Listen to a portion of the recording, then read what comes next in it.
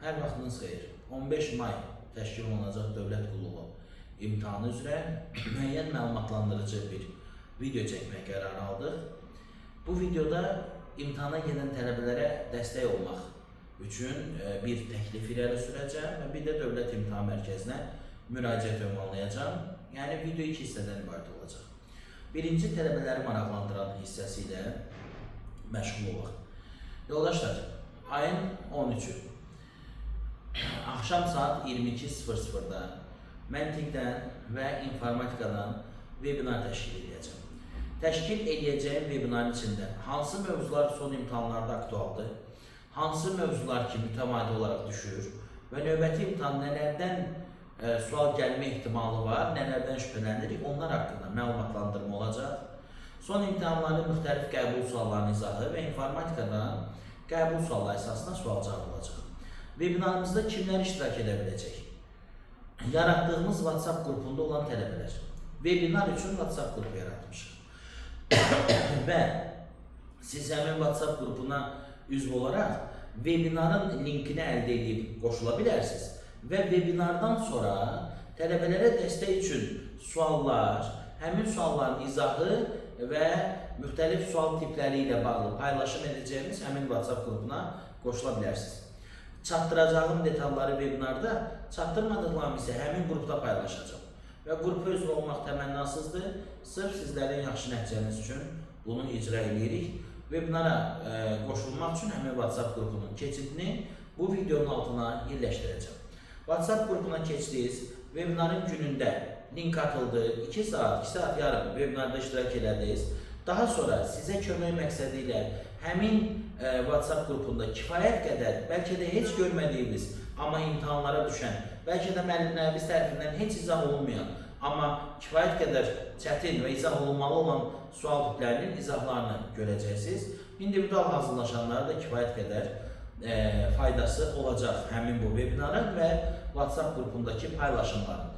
Ümumiyyətlə, həmin WhatsApp qrupunu aktiv saxlayaraq növbəti imtahanlarda da istifadə etmək və hər gün tələbələrə dəstək olmaq üçün qəbul sualları, PDF-lər, materiallar və onların izahları ilə bağlı paylaşımlar olacaq.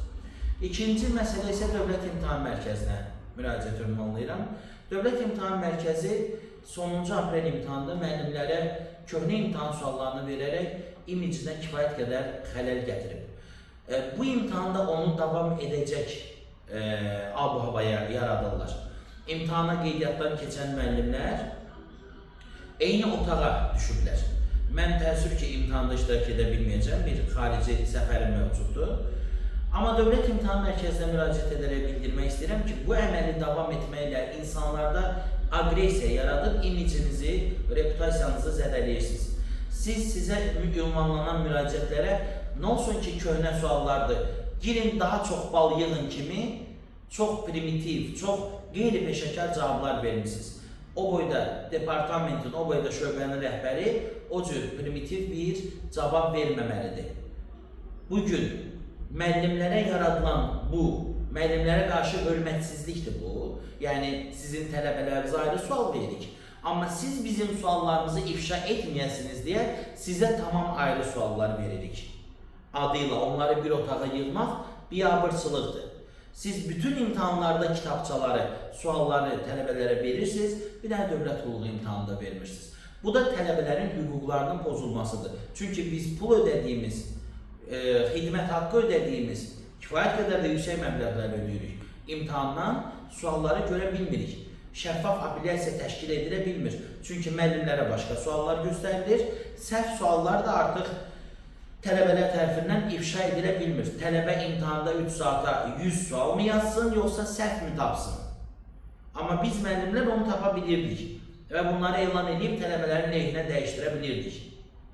Bunu eləyərək siz insanlarda çox mənfi təəssüratlar yaradırsınız və insanların ağlında sual yaranır ki, müxtəlif insanlara eyni imtahanda başqa suallar təşkil oluna bilirsə, deməli, Dövlət İmtahan Mərkəzi istədiyi adama, istədiyi suallar əsasında imtahan təşkil edə bilər.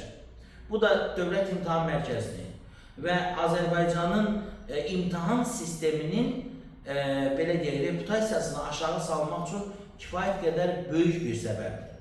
Mən ümid edirəm ki, Dövlət İmtahan Mərkəzinin rəhbərliyi bu səhvi davam etdirməyəcək.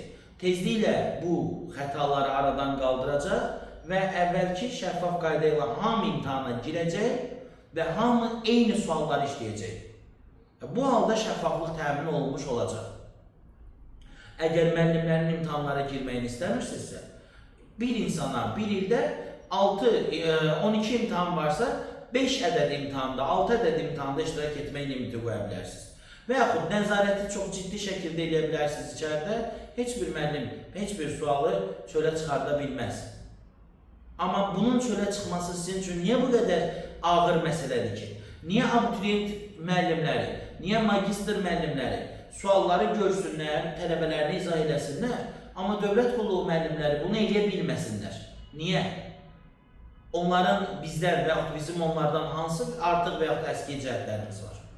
Ümid edirəm ki, bu dediklərimə həqiqətən diqqətlə qulaq asarsınız və əminəm ki, bütün videolarım çox diqqətlə dinlənilir və ümid edirəm ki, reputasiyanızı, imicinizi qorumaq üçün bu məsələnin nöqtəsini qoyarsınız və sizə qarşı heç kim agresiv çıxış nümayiş etdirməz, heç kim gördüyünüz dağ boyda şəffaf işlərin bir dənə xırda səhvə görə belə deyək, kölgə altına düşməsinə şərait yaratmaz.